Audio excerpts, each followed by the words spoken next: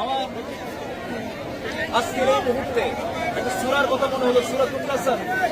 ইযা জাআ নাসরুল্লাহি ওয়াল ফাতহ ওয়া রাআইতান NASA ইয়াদখুলুনা fee দীনিল্লাহি আফওয়াজা। আজকে আমাদের বিজয়ের দিন। আমরা জালিম শাহীর কবল থেকে আমরা আজকে মুক্ত হতে পেরেছি। জুলুম শাহী টিকতে পারে না, জালিম টিকসই হতে পারে না। ফেরাউন তার সাক্ষী, হামান তার সাক্ষী, যুগে যুগে নব্য ফেরাউনরা তার সাক্ষী। আমরা সেই জুলুম শাহীর অবসান ঘটাতে পেরেছি। আমরা শুকর আদায় করছি আল্লাহ তাআলার। সেই সমস্ত শহীদদের স্মরণ করতে চাই, যে সমস্ত শহীদরা, যে সমস্ত যুবকরা তাদের বুকের তাজা প্রাণ ঢেলে দিয়ে এই দেশকে নতুন করে স্বাধীন করলো। আমরা রুহের মাগফিরাত কামনা করি।